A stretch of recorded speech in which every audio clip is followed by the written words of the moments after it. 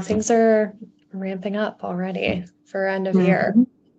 Hi, friends. Welcome, welcome. We're so glad you're here. Hello. Let us know where you are tuning in from in the chat. We'd love to hear from you. Also, your favorite ice cream flavor, because it's so hot right now. That will hopefully keep us all thinking happy thoughts. Emily, is it hot in New York? It's actually cooled down quite a bit today. I think we're mid 60s. So yeah, it's That's hitting awesome. fall over here. That's wonderful. Hi, Gloria. David, how are you? Brenda, welcome, welcome. Vanilla Bean, yes.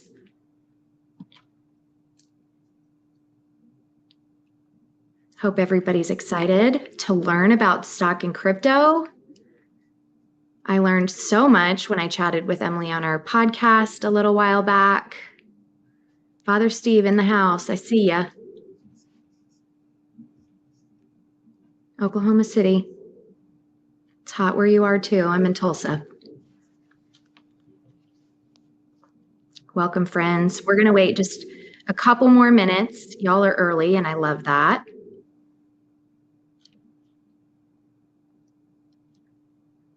As people are rolling in, just a couple housekeeping things.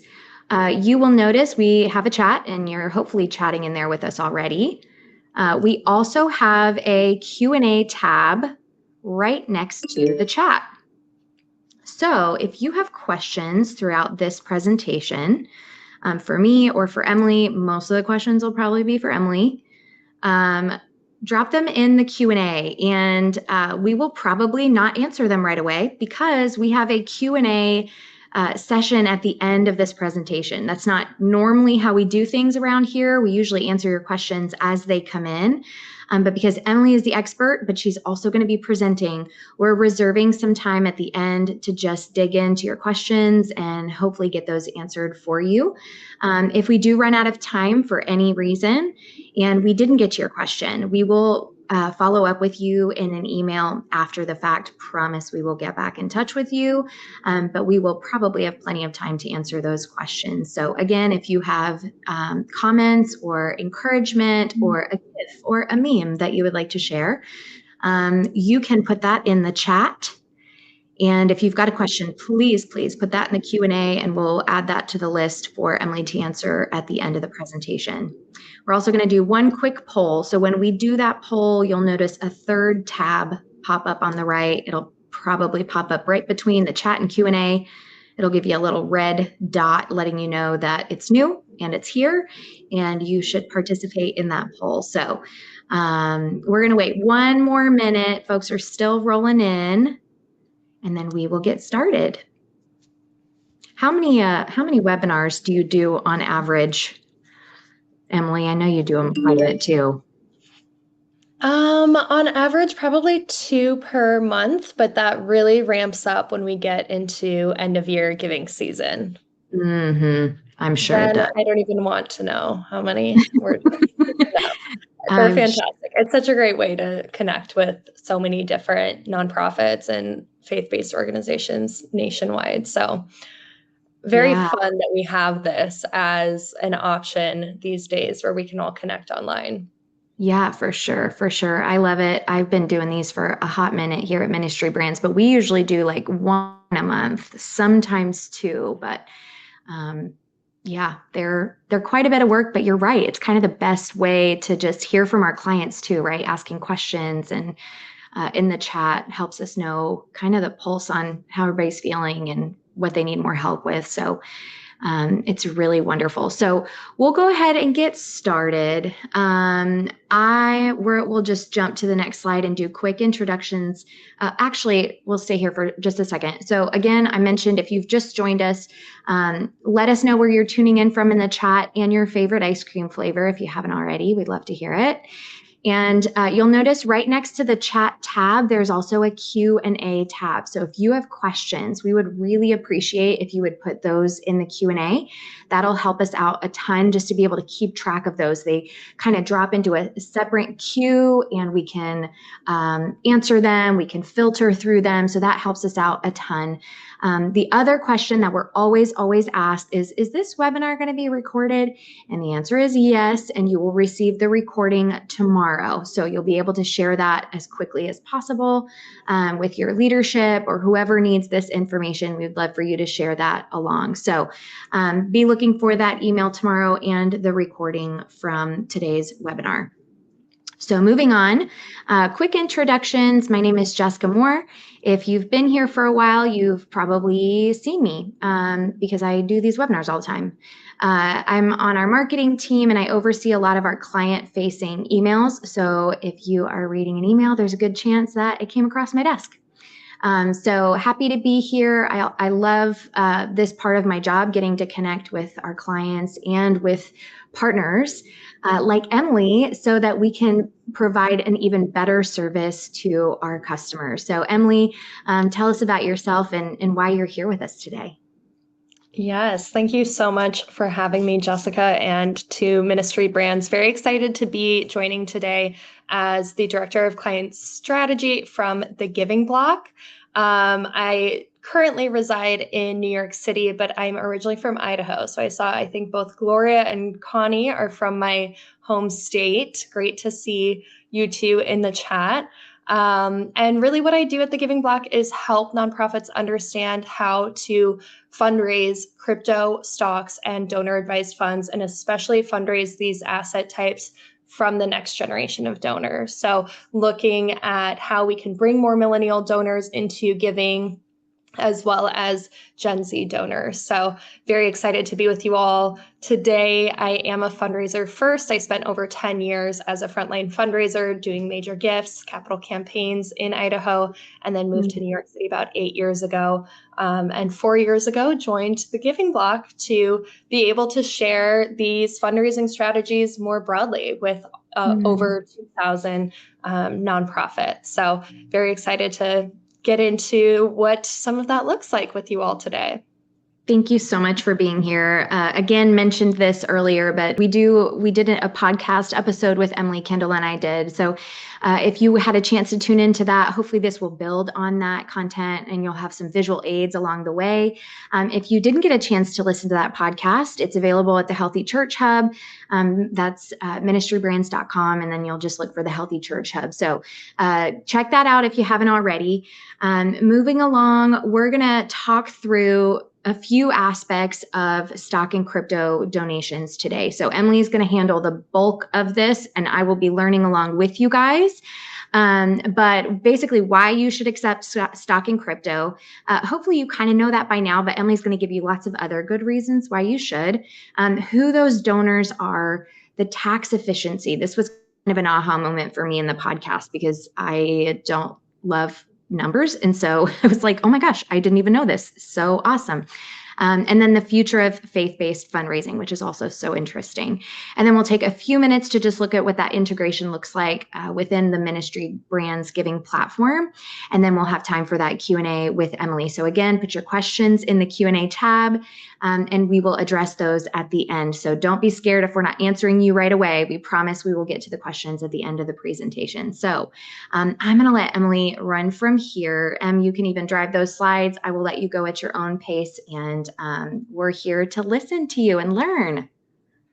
Amazing. Excited to get into it. And please do not be shy in the Q&A. There are no dumb questions. It is definitely a new area that we are all keeping up with all the time. Crypto philanthropy has been around for about 10 years, and the Giving Block has been a huge part of that. So we are a Shift4 company. Shift4 is our parent company that specializes in payment processing. So we have very great technology for our payment processing, but really we are first and foremost the pioneers of the crypto philanthropy movement. So in the end of 2017, there was over $60 million donated in Bitcoin. Bitcoin is one type of cryptocurrency. My organization was the recipient of $1 million of that, which really sparked my interest in this space. So since 2017, the Giving Block and all of the individuals and nonprofits in this space have really been working toward how do we create this community of crypto philanthropy. So that is what we specialize in, really empowering nonprofits to grow these different asset types. And after we really streamlined what crypto giving looks like for nonprofits, we entered the world of stocks and donor advised funds, which all of these things really play well together. As Jessica said, when we get into the tax information, you might have some aha moments.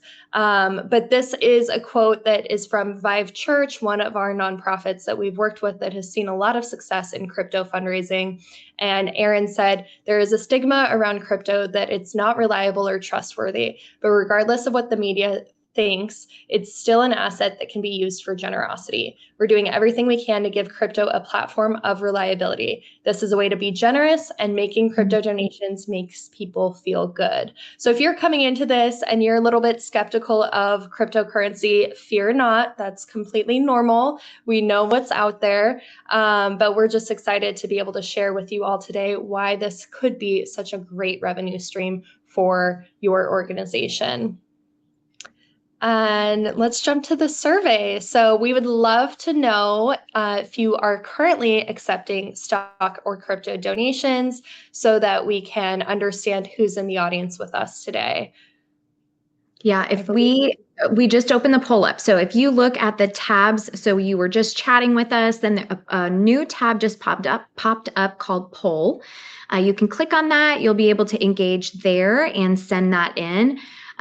We have 9 votes for yes, and currently 19 for no. So this is a great audience for this webinar. We know why you're here. You're here to learn, and I love that. We've got a couple of people responding in the chat, which is great. If you would in the poll too, or instead, that would be awesome too. Again, it's right next to the chat. You'll see a tab at the top that says poll. And we'll leave that open for just another minute. Emily, you can even slide on over to the next slide and keep going as those votes roll in if you want. Amazing. So let's talk about crypto and stock donations. And you might be asking yourself, why are both of these being paired together? They do a lot of the same things, both for your donors' portfolios and for your organization's ability to fundraise really large major gifts. So I definitely appreciate everyone in the chat letting us know who is accepting stock but not crypto. Very important distinction right now to make, because there is lots of room for expansion. But let's talk about why you should be accepting crypto and stock. Nonprofits that receive non-cash gifts like crypto and stock grow 50% faster and 66% faster when they receive non-cash securities, so including both of those asset types. It's a very important demographic to tap into, individuals who are invested in crypto and stock, because 98% of all wealth is held in non-cash assets. And the tax incentives lend themselves to larger gifts, which we will get into. It also helps you grow your fundraising smarter. You are giving donors the opportunity to make their charitable gifts in the way that works best for their financial portfolio. And that is not only a gift for them, but it's also very smart giving for them and very sustainable for your organization to continue to get those large gifts. Okay, wait, can we back up one slide? I know that I'm still learning on this. So when you say non-cash securities, are you talking specifically about stock and crypto? Yes. Okay, perfect. Okay. Yep, absolutely. And so when we look at these different asset types and who is giving what, these donors have a lot to give. The market size for crypto might surprise you. Many people don't know it's already this large because it is a new asset type, but it is over 1 trillion. In the US, there are over 65 million people invested in crypto. And last year, over $1 billion was donated. The current average gift size of a crypto gift is over $10,000. And then when we look at stocks, all of us are familiar with the stock market. It's been around a bit longer. That is a $52 trillion market, over 145 million users, 100 billion donated in stocks last year, and this average gift size is between $5,000 to $10,000. So as you can see, lots of users in this space. Those are your potential donors. Market is massive, and the donations are also massive. And when we think about crypto and the fact that it really has only been an asset for philanthropy in the last 8 years, it is remarkable to see that there is $1 trillion in the market, and then also $1 billion donated to nonprofits last year. So this is a very fast growing way to donate. And who is donating? This is probably the number one question I get when someone is just getting started with crypto philanthropy, especially, is who are these donors? Oftentimes, if you have not ever spoken to someone who's invested in crypto, or you have not received a gift of cryptocurrency, you might think, oh, these donors are so elusive and I have no idea who they are or where I could ever connect with them. So very important to understand that the generations, oh, where'd our slides go? Oh, I'm so sorry. That's okay. We're back. The generations and their giving propensity is very included in these different assets. So, or they actually have a preferred asset to give. For baby boomers, we see more giving in stocks, the same with Gen X. And then when we get to millennials, their preferred giving is a combination of crypto and stocks. And when we look at Gen Z, the same thing. Crypto and stocks are their preferred ways to give. Crypto becoming more and more popular with these younger generations. But it's also important to note, half of all crypto wealth is invested by baby boomers. So although they have historically been giving you stocks, they are very interested in cryptocurrency, holding half the wealth of crypto, and they can be potential donors for you as well. So you don't want to count out baby boomers as a potential for stock donations or for crypto donations either. That's so interesting, because I feel like the tendency, at least my tendency, is to assume that it's the younger generation. But it makes so much sense because baby boomers have the money to invest in stock and crypto. So that's very telling. Interesting. Exactly. Yeah, they have the money, and they were also able to wait until crypto felt a bit more regulated, a bit more mainstream before they started investing. Whereas when we think about some of these Gen Z, Gen Zers are quite young, but they maybe got into crypto early and have millions of dollars or hundreds of thousands of dollars in excess funds that they can now offset some of those gains, give to a charity. And so all of these generations there is that interest. They're just maybe utilizing it in different ways and have invested in different ways. Gen Z millennials tended to be those earlier adopters about 10 years ago. Yeah, so young donors and non-cash assets. This is very important because, as we all know, we really want to engage the next generation of donors. We want to ensure that that our giving is sustainable, that there is legacy giving really baked into our relationships with our current donors, and we're able to attract the younger donors that are out there. So on average, the average age of people opening stock brokerage accounts is under 35 now. And then 90% of millennial millionaires are crypto traders or crypto investors. So very important, again, to understand when we're thinking about where millennial millionaires are, they are investing in crypto, which means they will have crypto to give you. A few more stats on who these crypto donors are. About 45% or more will donate $1,000 or more each year. So they are a very generous donor base. 30 is the average age of these crypto donors, the majority of crypto donors. They are quite wealthy.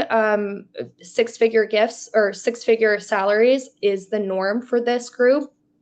But when we paired this number over, $111,000 is their average salary with the last slide we looked at, which is that 90% of millionaires are invested in crypto, it does really lend itself for us to understand how they are creating wealth and generating their wealth.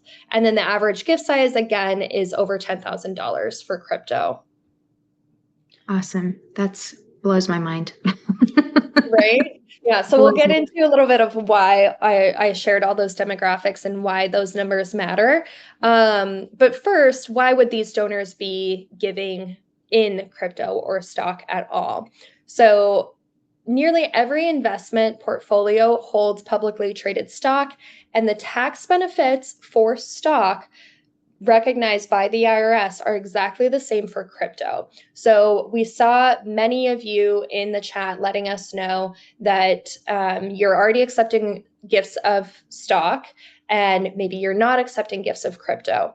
If you have in your gift acceptance policy or in your annual planning, annual conversations with your donors, blurbs about why they should donate stock and the tax benefits of donating stock, you can actually replace the word stock with crypto and it will translate exactly. They are both recognized by the IRS as a property. They are subject to capital gains. And so why should donors consider donating in these gifts?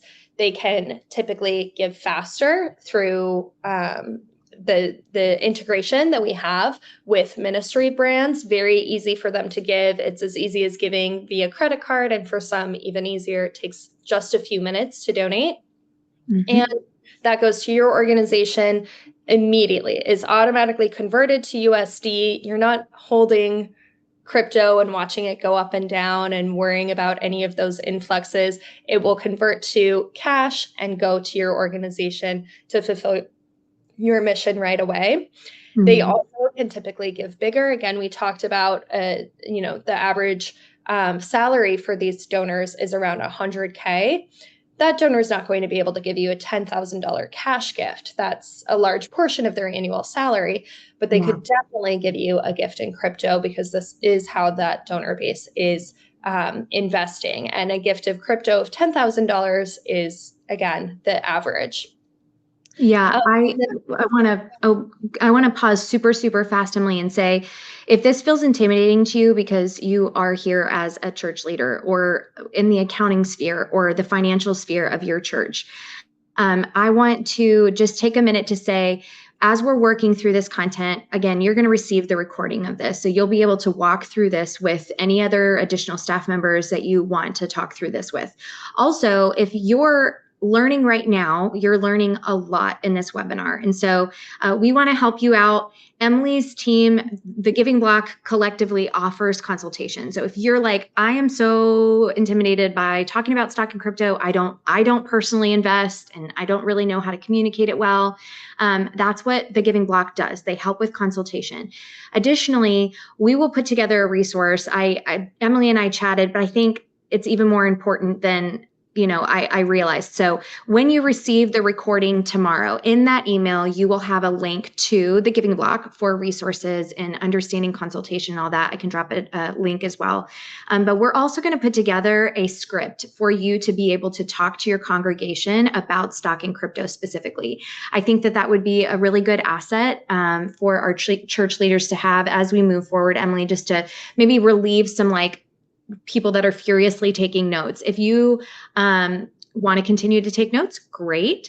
Otherwise, we will put together kind of a script so that you can real easily talk about this and confidently talk about this from the pulpit going into the giving season. So sorry to interrupt you, Emily. I think that as I'm seeing kind of these questions come in, I think it'd be great to just put that resource together and then point them towards that consultation, definitely.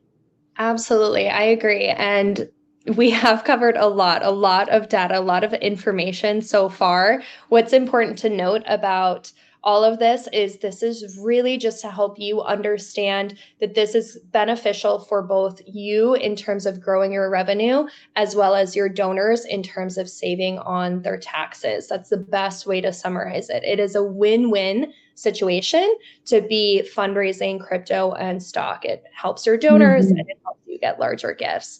But yes, we can definitely share out more resources. I think a script is a great idea. And then, as Jessica said, the Giving Block team is here for this exact purpose. We work with a number of organizations very closely that do not know about crypto, and you don't need to know much about crypto. I do liken it to stock in that sense as well. You don't necessarily know how Apple stock is performing every day in order to be able to say, hey, you can give us stock to support our church.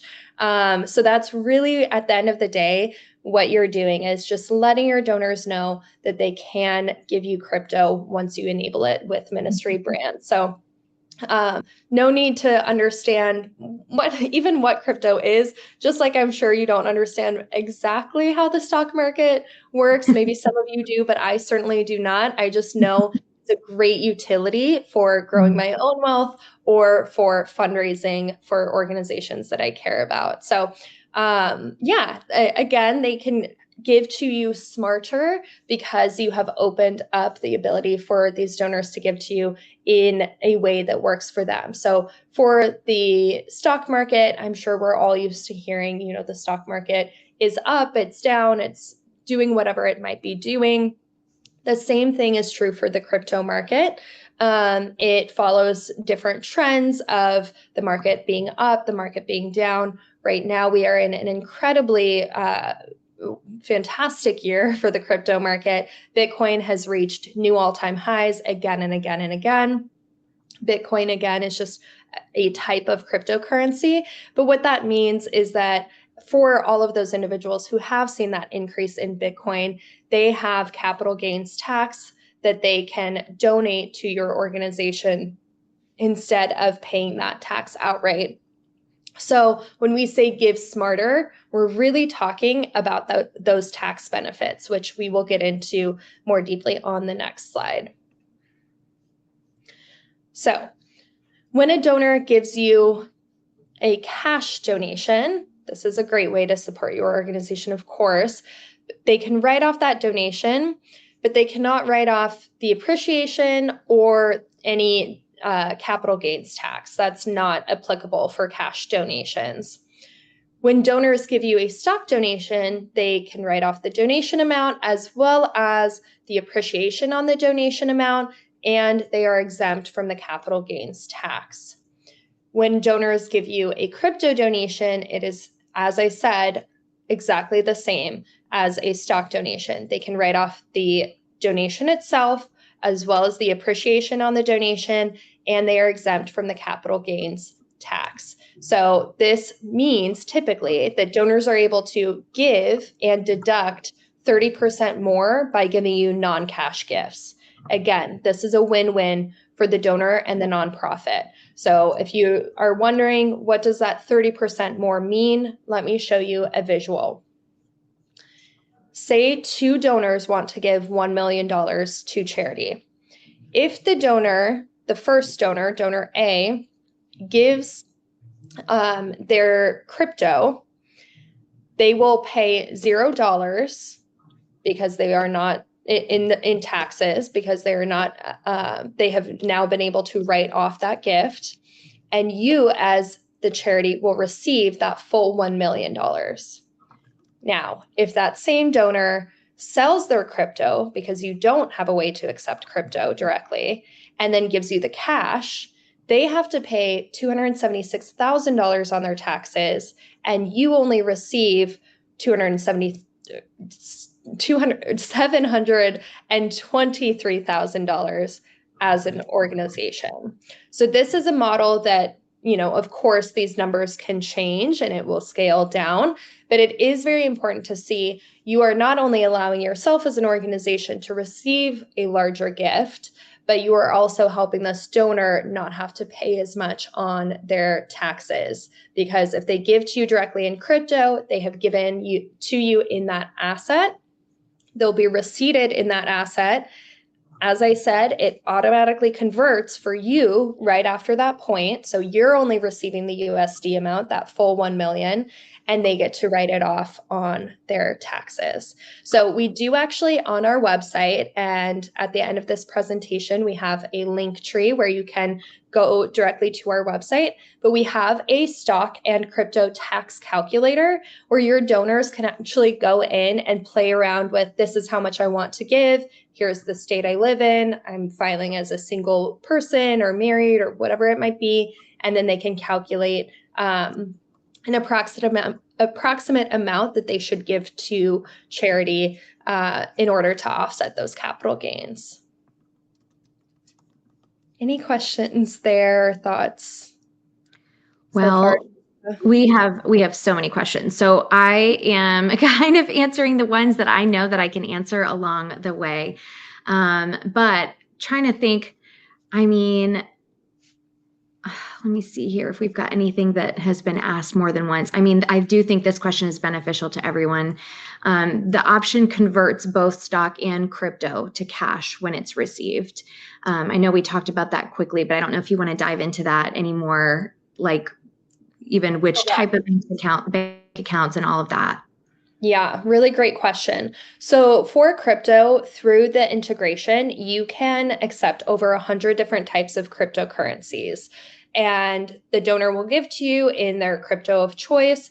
In seconds, it is converted to cash. The donor receives a tax receipt automatically, and you receive that donation.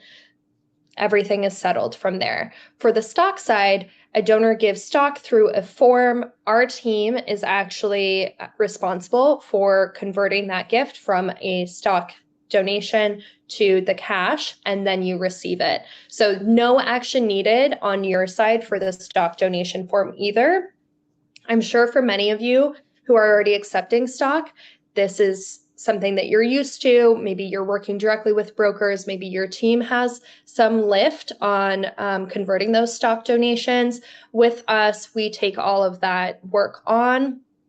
And we have an easy online form, which is very important for attracting that next generation of donors. So it doesn't need to replace your current stock solution. If you like the way that your current stock solution is working, maybe you have your broker instructions on your website, or you provide that to your donors who you know like to give stock, and that works. You don't have to change that. But adding it to your website, adding it to your ministry brands integration is a great idea to attract those next generation of donors who are less likely to call a broker in order to initiate a gift. They're much more likely to fill out a form online to take care of that. That's so helpful. We'll show you a little bit more about the integration with our ministry brands forms here in a few slides. So you'll have a visual example of how that works on the donor side. A lot of what Emily's speaking to right now is mostly for your information as a leader who is considering accepting stock in crypto. As far as the donor experience, I can guarantee you that it is so simple. And it doesn't cost to add stock in crypto to your form. I also should have said that right from the beginning. So if you would like to add that functionality to your giving form, it's not an additional charge for us to set that up for you. It is something that our team does have to set up. We'll share a QR code at the end of the presentation. You'll just complete a quick form and we'll get you onboarded with the giving block. The partnership really is super seamless. And we've got future iterations of what our integration looks like. Right now, it is just a really quick way for you to accept these gifts. So we'll talk about that in a bit. I don't know if we should answer questions as we go, Emily, or just because they are rolling in. So maybe we keep moving. Yeah. Oh, if you want to, yes, sure. Okay, great. So some of the easy ones, Patrick asked, what exchange does Giving Block use? Our backend is Gemini. John asked two questions about holding. You can hold crypto if you would like to. 99% of nonprofits do not. They auto liquidate. And for stock, we would need to talk about what your goals are with holding stock. If it's in your gift acceptance policy, we're happy to work with you on it. For the most part, a lot of nonprofits and faith-based organizations say, we don't want to deal with holding any of that, so just auto liquidate for us, and we're happy to auto liquidate. But if you would like to talk about an investment strategy in holding, we can do that as well. Lots of questions about the integration. So Jessica just covered that. Integration is free. All you need to do is fill out the form at the end of this presentation. And it is a direct integration with Ministry Brands and the Giving Block. Let's see. That one, it's looks like crypto donations are handled like QCD or QCD, Qualified Charitable Contribution. Is that right? You see that's from Brenda. I do think it would be the same. I don't think there's a difference for QCD, but I'm not sure. Brenda, could you expand maybe on why you would like to know if it's similar to a QCD? Is that for, again, your gift acceptance policy, or let me know. Bill, we do have a direct integration with Neon, so that is great. We also have a direct integration with Salesforce and a number of other CRMs or donor databases. Joan said, if they have not held the crypto for a full year, do they also avoid the normal income tax that would be due? So that is a really great question, Joan. That's something that we don't like to blanket answer when we're getting into the nitty-gritty, but that is something that they would be able to find out using the tax calculator. So like I'm sure you're all used to, we have to walk that line of not giving any financial advice because we're not financial advisors or tax advisors, but just showcasing models like this one that you see on the screen here. We are, let me see if there's any others. Todd, I don't want to read questions because I don't know if they're going to take a million years to answer or not. So I'm looking at the one from Todd at 122. I don't know if that's a good one to answer. What was that?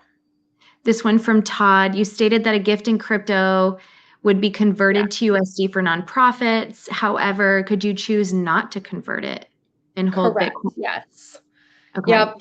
So yeah, and I definitely understand when we're just getting into this space, it might be confusing.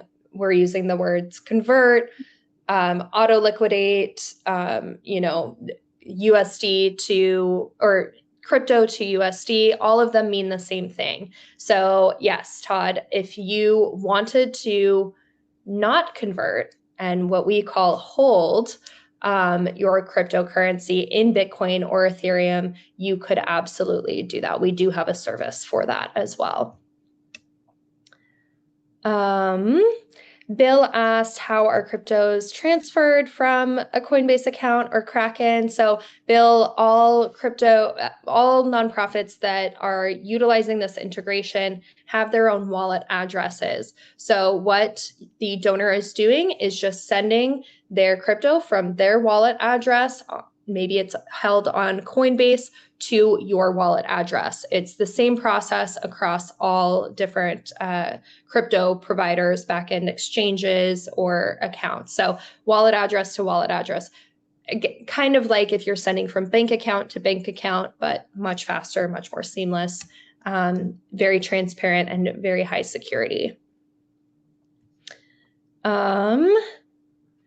And then Todd also asked about 501c3s not being allowed to hold crypto accounts. You are allowed to hold a crypto account. You just need to have it in your gift acceptance policy. Or maybe you mean opening up your own But yeah, you are allowed to. That is legal. Brenna asks, what's the 50% and 66% growth measuring from many slides ago when we talked about the growth for nonprofits being higher when you accept stock in crypto? It is financial growth. So we're talking about annual revenue there. I think the rest we have gotten through, but really great questions, everyone. Let me see. Oh, Peter asked, if our 501c3 holds a non-operational private foundation status, which prevents donor-advised funds from contributing directly, can they do it via you and channel it to us?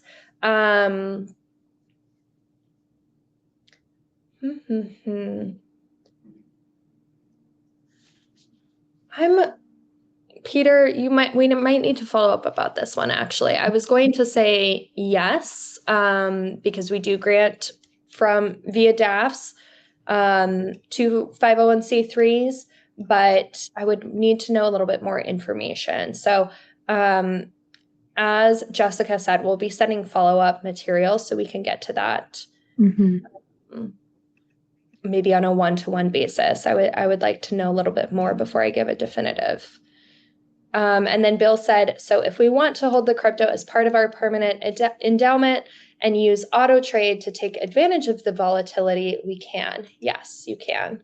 That is a strategy.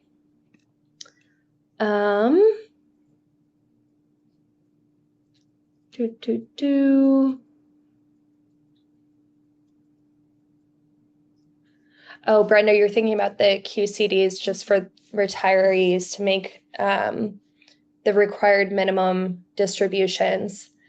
I will find out, but I do think it depends. I think this will be something that if it's not already part of their required minimum distribution, it might be as crypto becomes more and more mainstream. It is part of, again, as we were discussing now, many baby boomers and silent generation individuals are looking at this as a way to invest. And so it might be part of their overall portfolio, but I don't know for sure. So we can definitely look into that for you. All right. So let's talk quickly about where the non-cash asset fundraising is going. So very important thing is on the horizon for all of us who are fundraising for different faith-based organizations, nonprofit organizations, any social impact. The great wealth transfer is upon us, coming up very quickly. So $68 trillion will be transferred from baby boomers, who are currently the most wealthy generation, to millennials from now to through the next 10 years. The vast majority of these millennials will be investing in crypto. Again, it is their investment vehicle of choice. It is their wealth building asset of choice. And roughly 10% of this wealth is predicted to go to charity when it switches hands. So of that 68 trillion, that is, lots and lots of potential donations for your organization. There is a key component of that 10% getting to your organization specifically, and just any 501c3 specifically, right? And that comes back to tax education. So there is a tax education gap that currently exists. This is why when we are working directly with nonprofits, we give them a lot of templates, tools, resources, and guides on taxes. And you've also heard us talk about taxes a lot today. It is because the tax education gap is preventing where there should be more giving, right? If you are a Gen Z or millennial who has not had philanthropic giving in the past, You might not understand the benefits of giving in stock and crypto to a nonprofit organization. You might not understand that that can offset your taxes unless you worked with a financial advisor before, or you have a very philanthropic family that was open about giving levels, why they're giving in assets and not cash. But that can be very rare. So very important that you are taking it upon yourselves as an organization, fundraising crypto and stock, to do that tax education, especially for the younger generations, but also for baby boomers and Gen X and the silent generation who are getting into crypto. They sometimes are investing in crypto because their daughter or son-in-law or someone in their life told them, hey, this is a really great opportunity. You should buy some of this. And maybe they had some extra income that they could put toward crypto without fully understanding they can offset their capital gains tax by giving a portion of that crypto year over year. So again, very important to understand that tax education is what's going to really help close that gap between these trillions of dollars that are available and it reaching your organization. And then why crypto and stock giving matters specifically for faith communities. Jessica, do you want to cover this one? Or do you want me to? I feel like I'm just talking so much. You're fine. I know. And I have not even been able to really even converse with you like I thought I could. I'm just to these questions. I am so happy that we have such an engaged audience. So y'all know we talk about engaging donors on every level. We talk about this all the time. I started in the giving realm here at Ministry Brands, so this is something that I'm super passionate about. I think giving your donors the opportunity, your givers the opportunity to give in whatever way they feel comfortable should be an option. And through Ministry Brands, we really offer such a large amount of giving options. And to add any of those giving options, any of those payment options, it doesn't cost you anymore. And so really what you're doing is you are just meeting your donors where they're at. Emily is here to tell us that stock and crypto is not going away. Philanthropy through stock and crypto only continues to increase. And so I think it should be kind of a pulse check for us to say, okay, if I've been intimidated by this before, or if you're under the impression that maybe your congregation doesn't really leverage stock and crypto, they do. This again, this is not my first time hearing a lot of these statistics. So, I'm not doing the same shocked faces that I had on our podcast, but I literally was floored by these numbers the first time I heard them. And so it sounds to me, and based on our poll that we took at the very beginning, it sounds to me like a lot of you guys are also learning this on this webinar. And so definitely give this option to your donors, and like everything else that you are providing to them. It's really nice to have a conversation with your congregation that goes beyond just, scan here to give, or, we're going to give this week. And so having that giving announcement have some variety is a benefit to you as well, so that you're not sounding like a broken record every week when you're inviting people to give. Taking a week to say, hey, gang, we've added stock and crypto to our giving. If that's something that you're interested in, we would love to connect with you after service. Or if you feel comfortable, go on to your giving form right now. And we know this because we help drive this, but a lot of your givers are giving with recurring giving. That's fine. That gift can stay. That's based on their income. These gifts, we're talking year-end giving, when everybody's looking at somewhere to put their dollars to get tax relief or meet whatever criteria they need to. This is one of the best ways, from what I understand, maybe the best way, because it's a benefit to them. There is no tax on this. And so I think it really is just, if nothing else, just pause and think about adding this to your platform. And again, it's so easy to manage too on the backside as well, because the giving block does all of the heavy lifting. So if nothing else, I would really, really encourage you to, at the end of this, we'll show the QR code to add giving to your, or stocking crypto to your giving form. Add it on there and see what happens. We're going to provide you with a script for ways to talk about it. But the people that are going to give with stocking crypto don't necessarily need like detailed instructions, right? So you can just put up a screenshot of your giving form, say, hey, here's the button we added.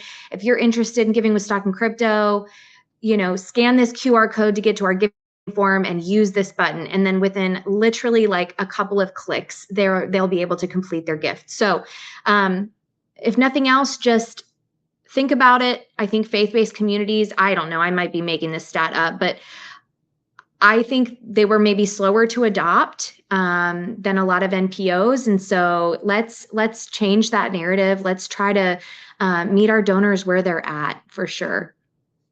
There's also benefits listed on this slide, but that one just came from my heart, just knowing our audience and knowing, seeing the poll results as well. But anything to add to that, Emily? No, very well said. And this is just an example of Vive Church, who really embraced crypto fundraising. They were raising $12 million to secure a new building for their growing congregation.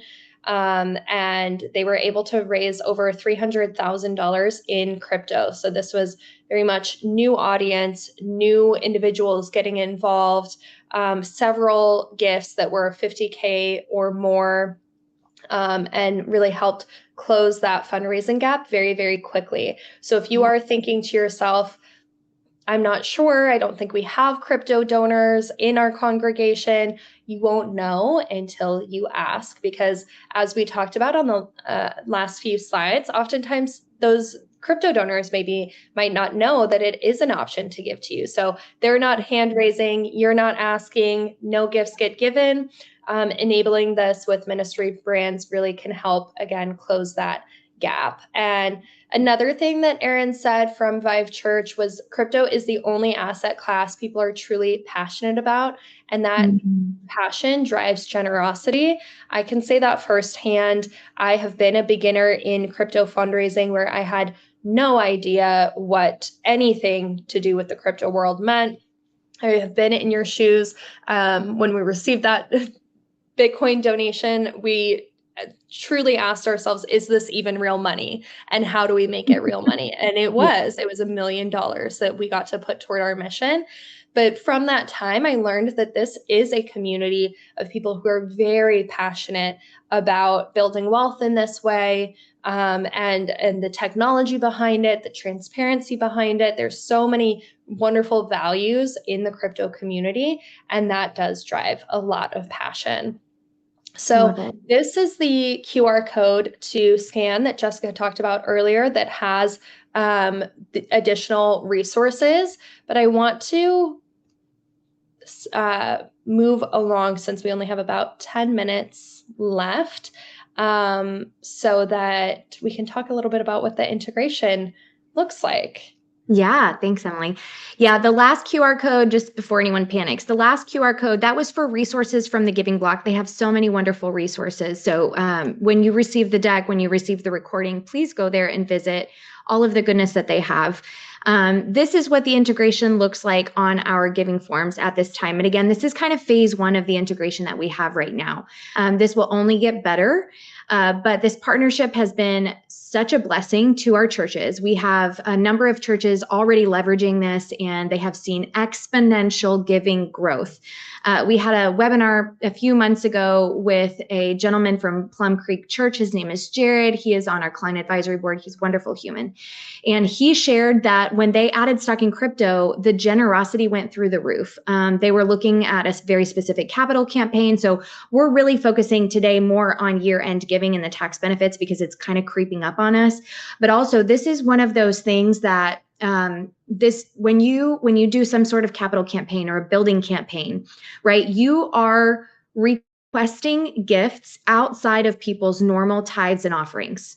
Okay, this is where stocking crypto shines, because they're already giving weekly on their income. And so anything that you're asking above and beyond their regular gift that they have set up, this is an awesome opportunity to leverage stock and crypto. They most likely have a balance sitting there. They're looking at ways to either reinvest or donate. And so definitely leverage that when you are talking about a capital campaign. So I've kind of blown up the button right there on the left side of the slide. That little button is going to be at the top of the form. We put that at the top of the form so that donors won't be confused and fill out the whole form and then realize, oh, wait, I have to go over here.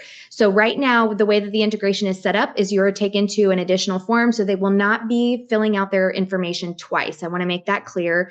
Your donors would select stock and crypto, and then they'll be taken to the smaller form there on the far right side of the slide, where they can choose which type of stock or crypto, or I don't even know what they're all called. They can choose which one they prefer to get with. And you get to kind of set that up on the back end with the onboarding process with the Giving Block, which is super quick, by the way.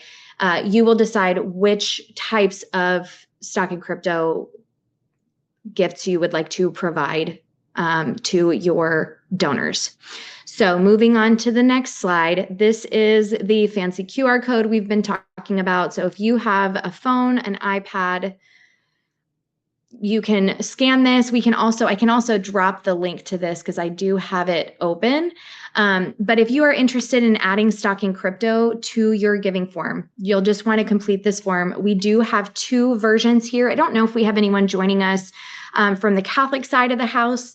But if you are a Catholic church parish and you'd like to consider adding stock and crypto, if you're a DIO and you'd like to mandate this for your parishes, you can do this as well. We do have those articles or those forms separated just for our team on the back end to make sure that we provide you the best service. But I will drop the link in the chat as well as the QR code in case you are not using your phone at the moment. It is on this Help Center form. So take a look at that and complete that form. That'll get you in a workflow with our team, and they'll connect with you, and we will get you set up seamlessly.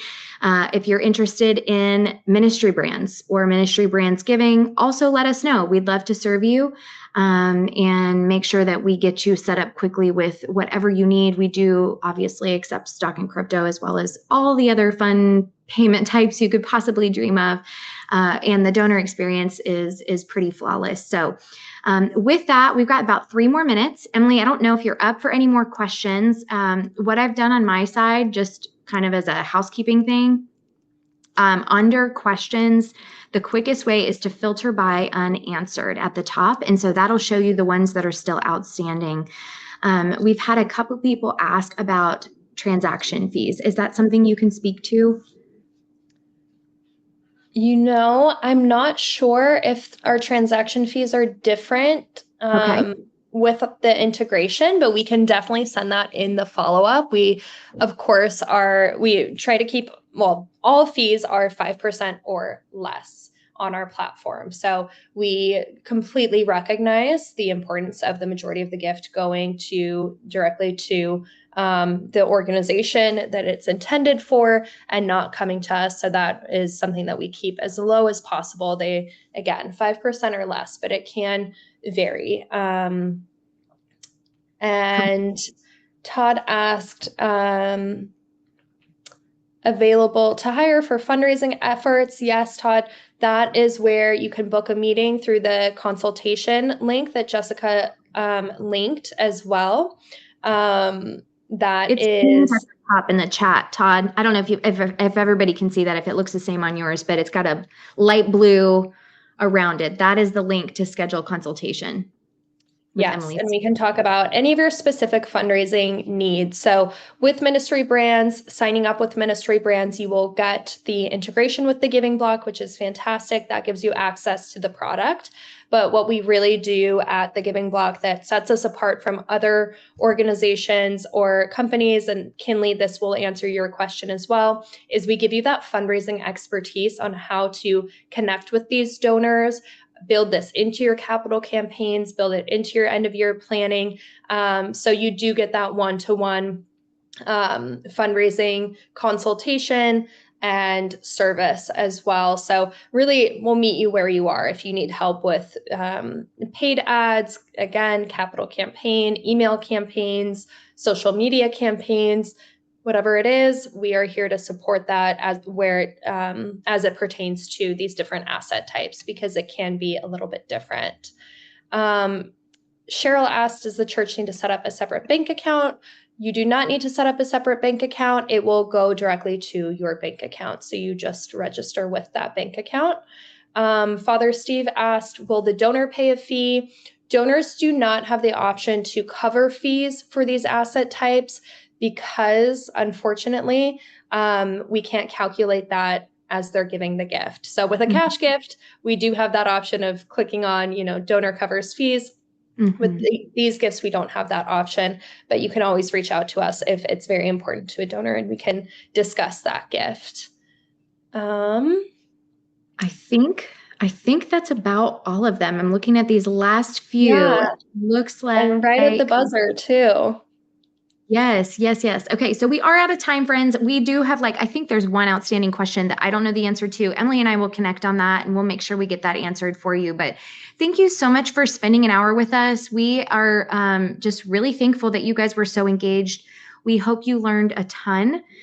Be looking for the follow-up email. We had a couple requests to have the slide deck added to that, so I will add the slide deck. We will add a script.